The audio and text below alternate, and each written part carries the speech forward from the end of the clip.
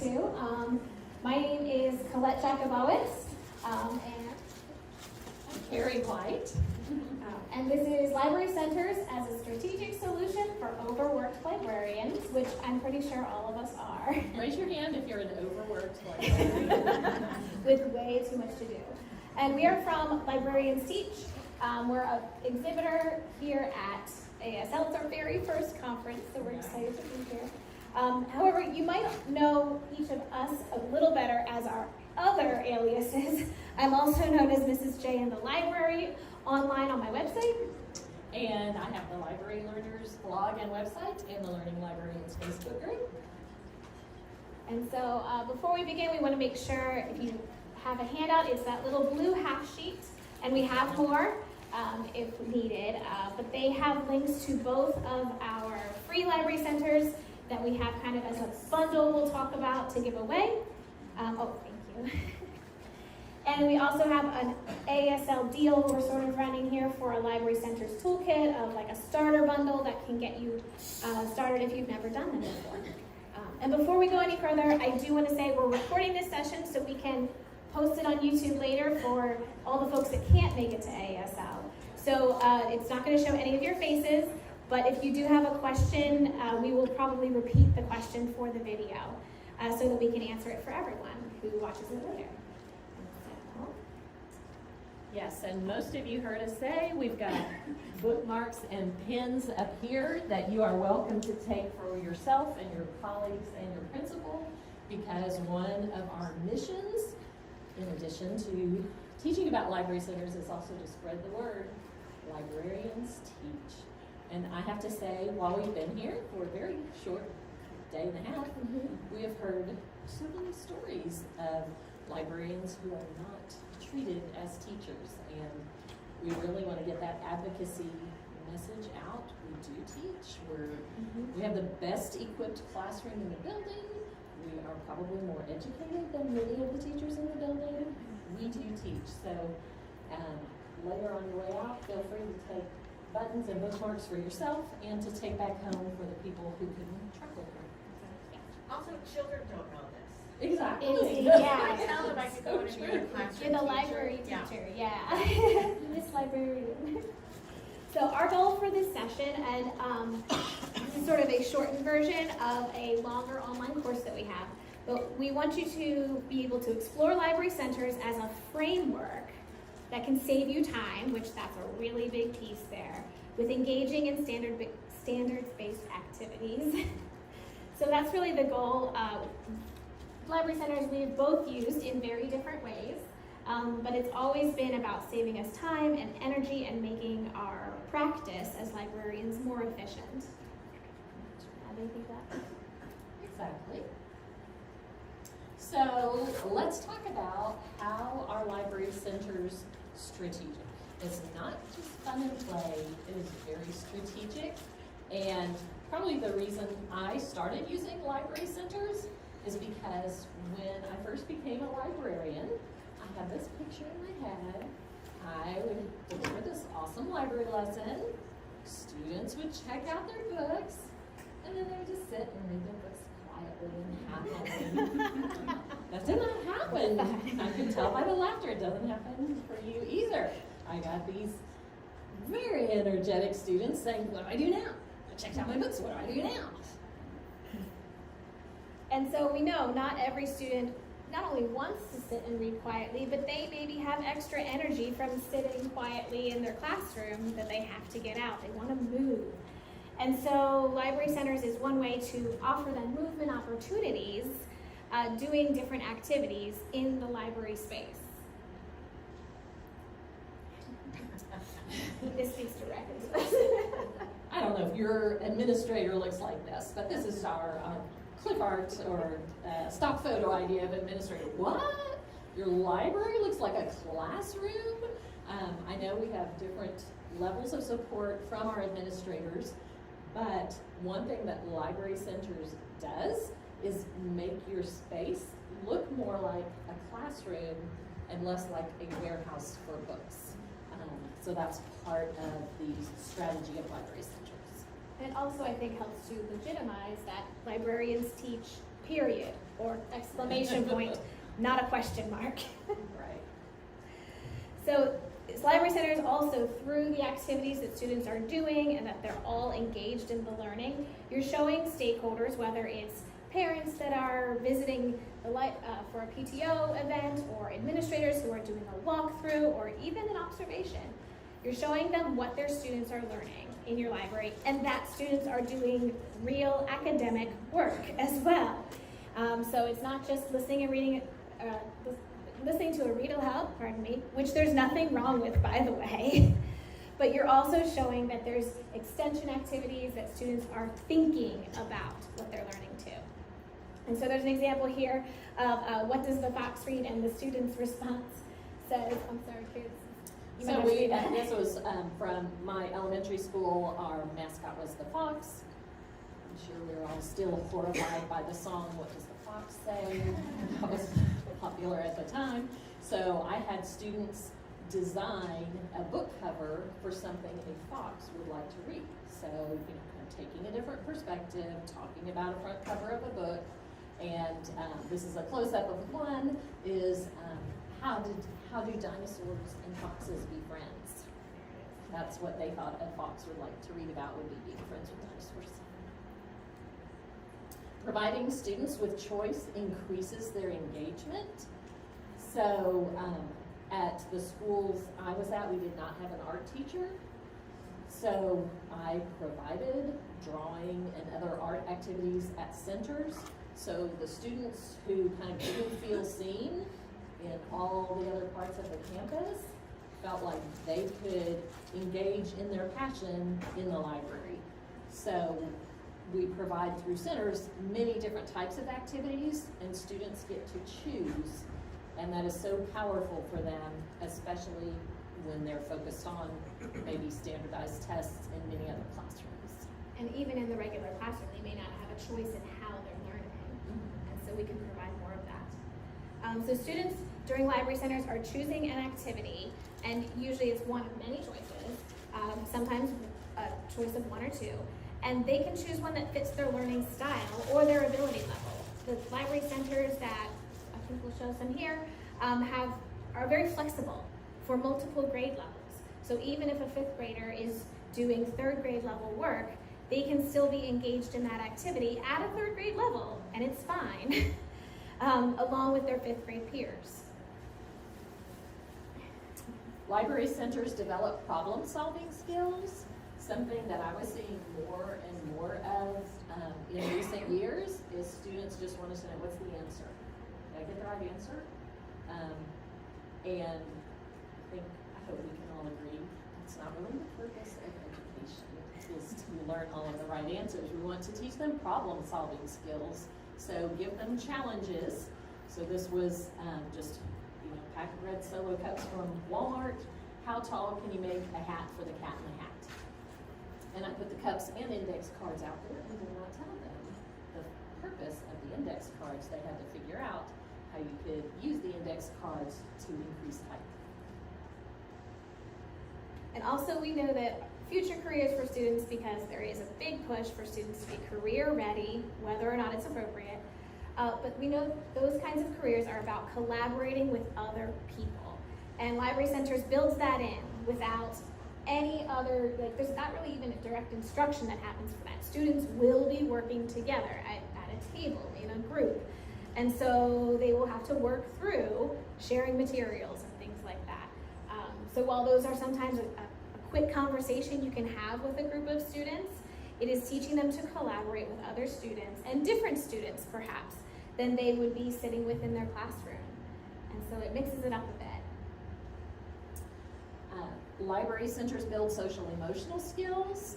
I use library centers not only during library instruction during the day. I created library centers for family night, for literacy night, for after-school book clubs. And during all of those times, this is an example of a parent and child, but parents and children or children are talking to each other, and I feel like the COVID situation put us way behind in those social emotional skills of looking each other in the eye and speaking kindly to each other. And also it lets you pay attention to the kids who might not be willing to ask for help. Maybe the very shy, quiet kids who will just go to get their books on the shelf, and they might not know where their favorite author is, and they need help, but they just are afraid to ask. And if we're always engaging with the students who have big behaviors and big feelings, then we sometimes miss those students who are quiet and mostly doing what they're supposed to be doing.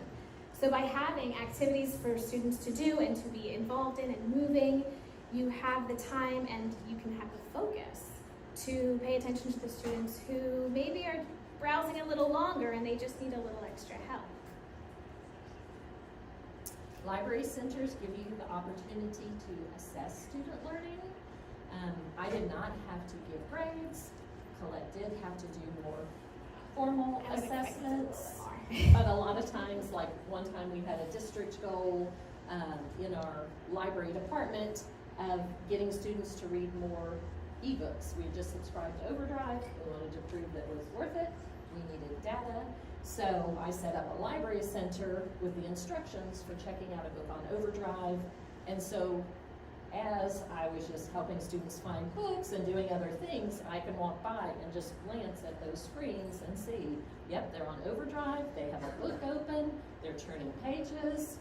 Got it. Checkbox, checkbox. If they're struggling, right then is where I can just hop in and say, look, right here, tap right here. And there's your data, a checklist. You check off what's done, and there it is. So next section here, we'll talk about what actually makes a library center. If you're brand new to libraries, you've never seen anything or downloaded even free ones, kind of what they could look like on usually a table at your library, but they're very flexible. They can be used a lot of places. So the first part is a center sign. This is something Carrie and I feel strongly about, that there should be a physical sign that has directions on it. This is an example of one that Carrie made called the Puzzle Center. And by the way, this center and all of the ones we're showing you are in the free centers bundle on the QR code we gave you. So it includes directions for students and also behavior expectations. Things like when we flicker the lights, you need to start cleaning up. You need to share the materials with other students. So it's very explicit. And for younger students, I know Carrie has even recorded on little buttons that you press the button and you have a verbal reading of the directions so students know what they're supposed to be doing. And usually, because Carrie and I design them and we like to, we add some clip art or something attractive to make them more visual as well. So you'll see a lot of that too. Also, Carrie, I love that she has limit 4 students. So if there is a limit at a table, there's only 4 chairs. You're saying very clearly when the chairs are full, that's it. And we've had a lot of feedback from other librarians who've used library centers that one of the great things about them is that you train the students in the first few weeks to read the sign, to look at the limit, and after that, it pretty much runs itself. You can have for sub-instructions, read this book, and then send students to centers. And the students know what to do, they can see what's expected. If somebody were to walk through, they could see right on the table what standard is being taught, they could see what the students are expected to be doing. I can talk about this one. Exactly. So the one there, the thread, this is an example of a center I made. I had to have learning goals or objectives or whatever they're called now on everything. So I had to have that on my signs to please my administrators. And then I still had the directions there. And then on the back of the centers, I put in what our Pennsylvania model curriculum or just library curriculum competencies, what students were doing in administrator-friendly language. And then I had the Common Core, AASL standards. I'm from Pennsylvania, so I would throw the Pennsylvania standards on there too sometimes. Because we think it's important for when those administrators and stakeholders are walking through the library that if they had a question about, well, why are students reading? Why are they just sitting here reading? Why are they putting together puzzles? Why are they building with solo cups? You can say, well, look, here are the standards that we are addressing, and this is why we do this in the library.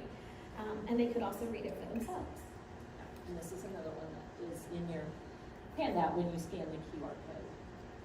And what I did it a little differently, is I gathered all of the AASL standards that were met by working at centers, like following a process that includes generating products that illustrate learning, interacting with content presented by others, providing constructive feedback, and I put that in the back of every center sign, because I'm one of those people, like, I might come into school and say, just had an idea, I'm gonna try that today. And so I can whip up the front of the sign really quick and put this in the back of the acrylic sign holder like you get from Staples or Office Max or whatever. That's true. That's one thing both of us did the same, where we had stand-up plastic signs that could flip around and they would just sit on the table. And that was all the prep we really needed to do. The last part of library centers then is, for some centers, you'll need materials, and we really recommend having some kind of organization, whatever works for you. So on the right is my little bins. They're from Bratnell's brand, and they're from Demco. That's where I bought them from. And I love them because they had the dividers, they had lids I could put on top so nothing spilled, and whatever materials I had, especially for makerspace centers, those bins could handle it, and I could stack them then, and I could stick them on a shelf, and students eventually, it took a little while, eventually they were able to pick whatever bin they wanted and take it to the table, and then put the bin back when they were done. So it wasn't really about what I chose to offer them. They had enough experience with centers after maybe a year or two that they could start choosing what they wanted to do every single library class. Yes, and my tubs that I typically use are on the right, just the Target dollar spot bins, but I always had labels with pictures on them because I'm in San Antonio. We have many native Spanish speakers, and of course, everybody probably has students who are learning to read, so I always wanted a picture of, the crayons go here, there's a crayon picture, the pencils go here, there's a pencil picture. And again, after you do that for a few weeks, your students are trained. They know how to do it, and it's not work for you. So just real quick, yes, those are the must-haves we would call. But then there's other things you could add to a library center depending on what kind of center it is. So for example, if you're very brave, Carrie's much braver than me and had live animals in her library, then you might have a stack of books about that animal just from your 500 section. And yes, students could check those books out if they're browsing through them, if they're interested in learning more.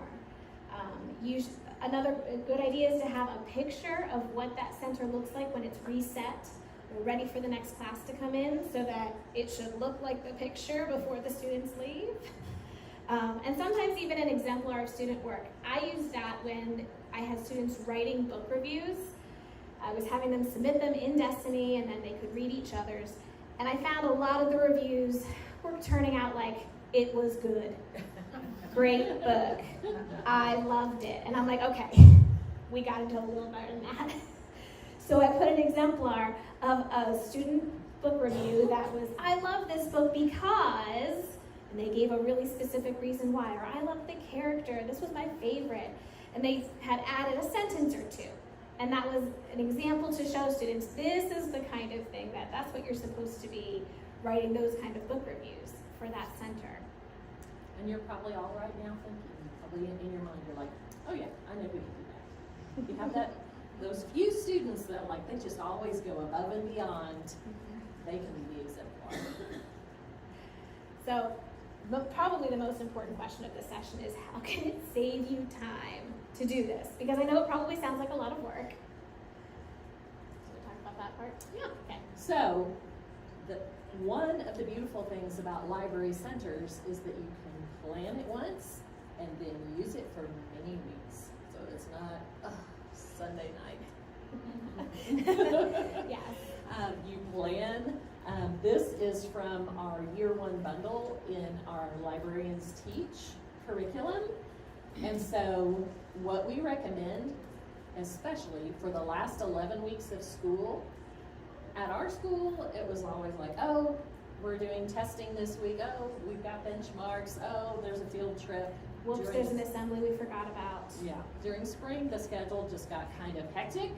So if you were doing a project that had several steps, it was really difficult to get them all done. So what we recommend is for those last weeks of school, you have these centers and you just have them out, and after students check out, they know to go to centers, okay? And then they're gonna have several skills they're gonna be reviewing. By that point in the year, you've got most of your instruction completed, go to centers. And that's also another good point to point out, that you don't have to do centers all year long. It can be. I definitely did it all year long. After I finished teaching orientation and research, keyword searching, the rest of the year I was teaching through centers, but you don't have to. You can use it for the month of December, for example, or you can use it after you finish a research unit. You can say, hey, we're gonna have 2 weeks of library centers as a break. And again, we do need to reiterate, once you have taught the routine, you've taught your behavior expectations, and students have practiced it and have experience doing it, that's when it becomes really powerful, because they'll know what's expected then. And they'll know, oh, it's a centers day, and they'll really look forward to those days because they know they'll have choices and they'll get to pick what they're doing. And the funny thing is, even though you're saying they get a break, they're getting a break from this kind of learning, but they're not getting a break from learning. It's still standards-based learning, but they're moving and choosing and talking. And so it feels like a break. It's just different kinds of learning, right? So we talk about in our online course, and we go much deeper into this, the library centers spectrum, we call it, because there's so many ways to do library centers. We hear every day from teachers in Facebook groups, from librarians who, not even certified librarians, that are doing this. And they have all different ways to do it. So you kind of have to figure out your way, what you're most comfortable with, for starters, and what actually saves you time. And I want to be super clear, none of these ways is higher or lower or better than the other. They're just different, okay? Students are going to be learning effectively in all versions of it. Let me go back to this.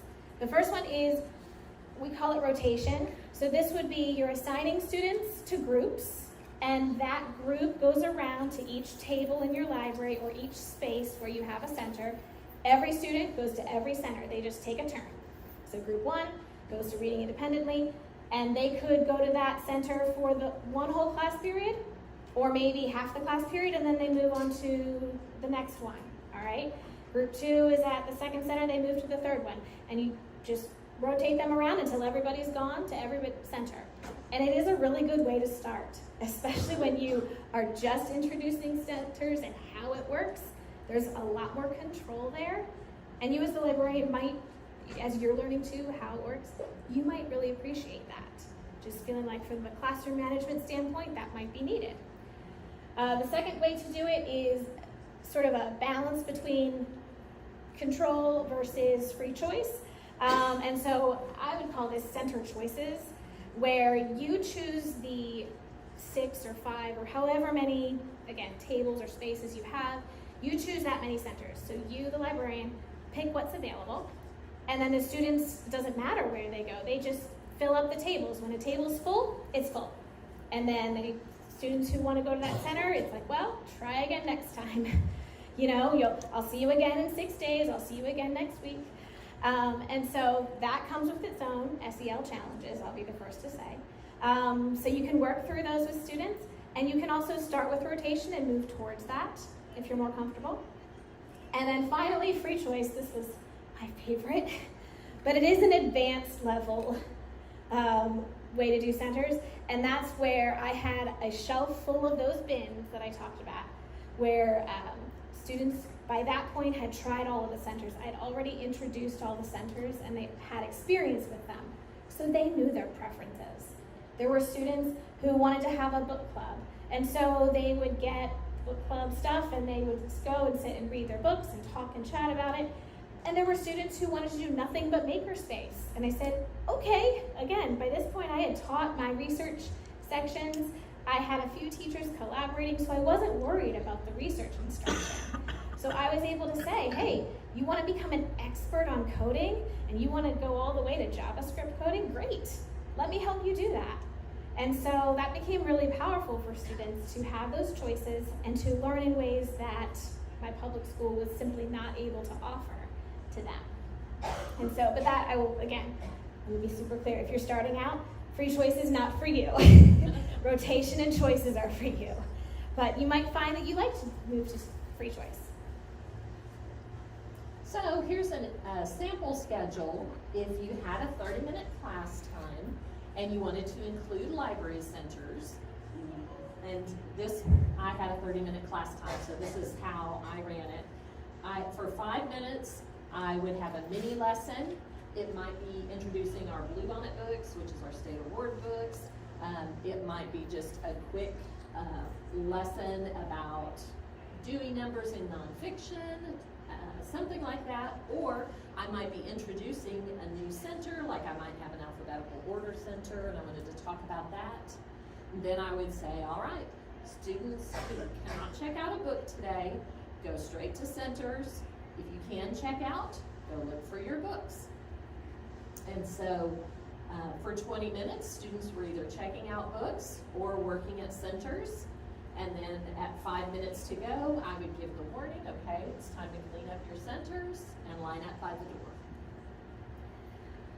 Go ahead, yeah. In that case, you always have a 5 to 10 minutes lesson. They're always that long. That's a good question. Like, what if you want to do a read aloud? So the question was, is it always a 5 or 10 minute lesson? And I think that's some flexibility you can have. Students could have less time at centers if they already know the centers.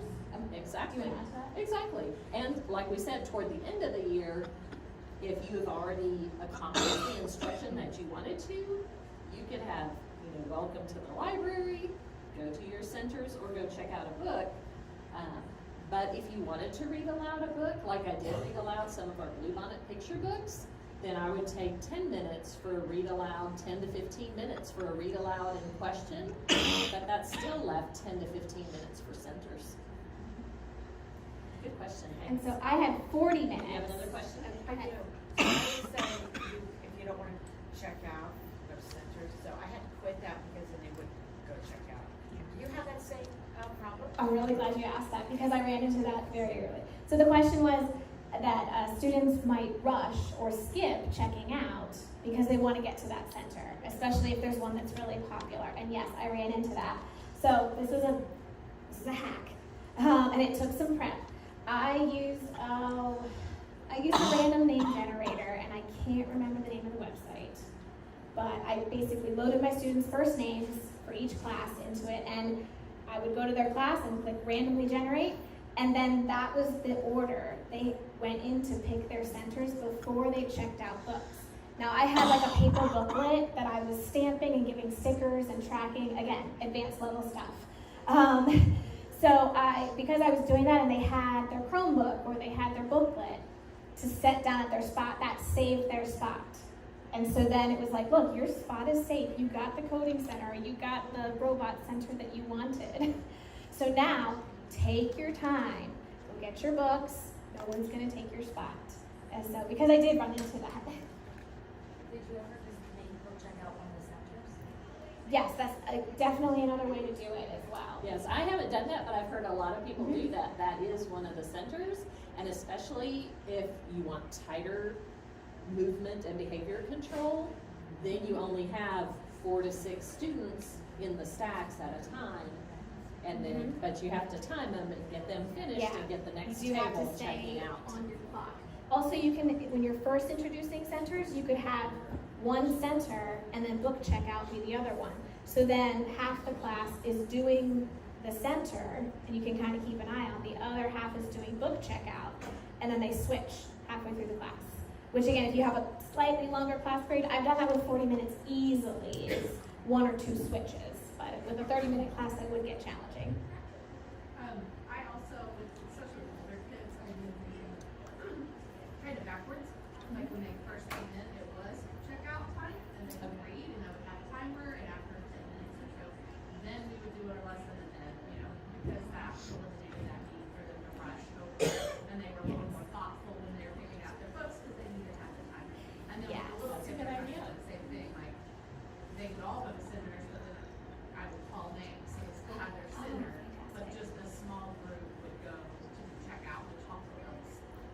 I don't have, agree. 20 first graders running through the library. And some of that's just changing up your library class routine, where with older students, I'm just repeating it for the video here, that older students could do book exchange first, that's the only thing you're doing. And so it's not a competition of who's getting to what center, and then you do your read aloud of your lesson, and then center's time at the end, after they've checked out. So yes, that's also really great if your schedule's mixed up for that day. Sometimes it's a good way to make sure you get book exchange in. Yes, one more and then I'll do 40-minute classes.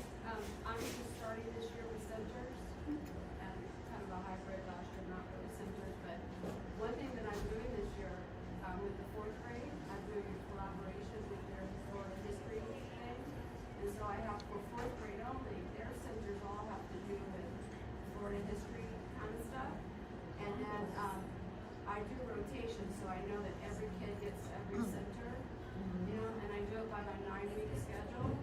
So the first week I introduce all the centers, and then they get a rotation, and then we like synthesize at the end for a week, you know, for a rotation. Yes, I love that adaptation to collaborate with teachers if you're able to do that. Because the obstacle to collaborating for me is they don't have curriculum time to give up. Exactly. But I can do it in the library, because like I have centers with storytelling circle, creative corner, building and brain games, you know, I have math, magic, and word work. So for example, on word work, they're looking at all the names of Florida that are based on Mississippi Seminole language, and they're doing a little activity with that. So in each center, they're doing something Florida history, and by the end of the 9 weeks, they'll have rotated through all that. And what a great way to extend their learning as well from what they're already doing in social studies class or their ELA class to library as well, and show that they're connected. They're doing math, they're doing Yeah. ELA, they're doing storytelling, they're doing. I love that. It's really cross-curricular then. So I'll talk about I had 40-minute fixed schedule classes. So since I had that little bit of extra 10 minutes of time, that gave me a little bit of extra flexibility. And this is just how I chose to do it. Certainly, you can swap these around and put book exchange first or last. So I did my mini lesson, or I would just review the available centers, especially with older students. If I had a new center, I really did go in depth with that center and say, here's what I'm expecting to see. Here's the kind of behaviors you should be doing. Here's, hey, you really do have to clean up these magnet tiles, and if I find them out, that center goes away. So reminding students of that, and then I would dismiss for book exchange, and then it was centers time after book exchange. Another hack I did to make sure students didn't just run to a center is I made every student check their card. So I did the index card scanning, and I said, you have to come up and see me so that I know that you know and we all know if you have a book at home or if it's overdue, and just to chat about that a little, like, oh hey, have you seen this in a while? We didn't charge fines or anything, so it was very casual, but making them come up and check their card before they went to centers also slowed them down. And there were even sometimes I was like, you haven't checked anything out in a while. Go get a graphic novel for heaven's sake. Or sometimes their teacher expected them to have a book. So I was like, I know you need to go get something. And then that still allowed for 20 to 25 minutes, depending, there was some flexibility there, of centers time, which meant students could get a little deeper into some of their learning, and I could ask questions as I went around the room to say like, well, how could you make that better? Or what do you think of this? And hopefully get students thinking a little more metacognitively.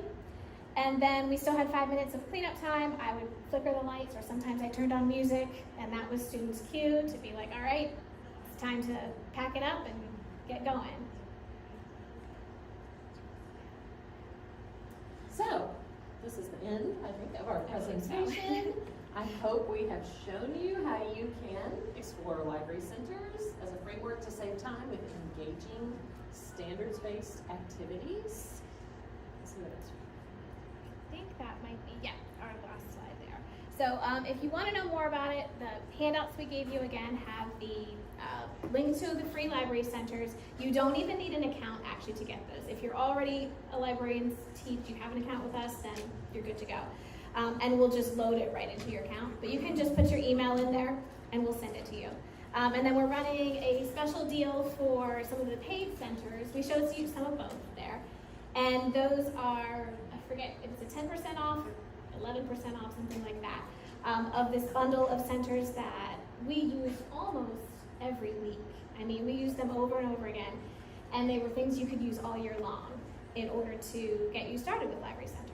So yes, we're happy to take questions if you have any.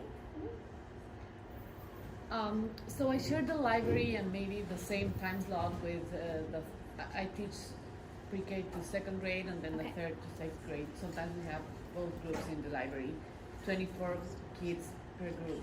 Okay. And I just have a carpet. I don't have tables or anything. Yeah. Are there only carpet centers that I could work with 24 kids?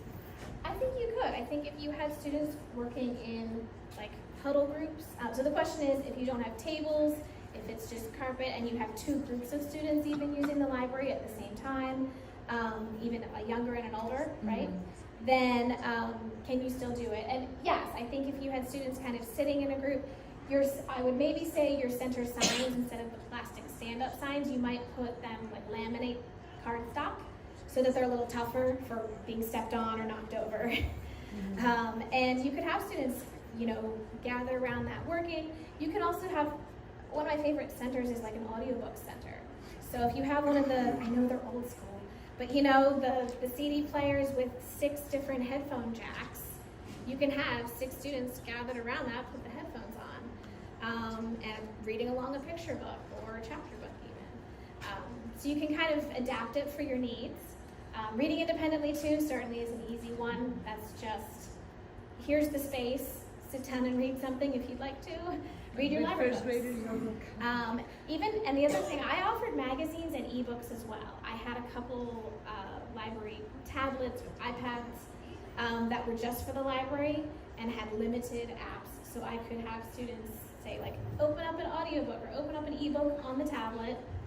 Or I would say, here's a magazine. Magazines stayed in our library, so that was a lot more accessible for younger students especially because they were so visual.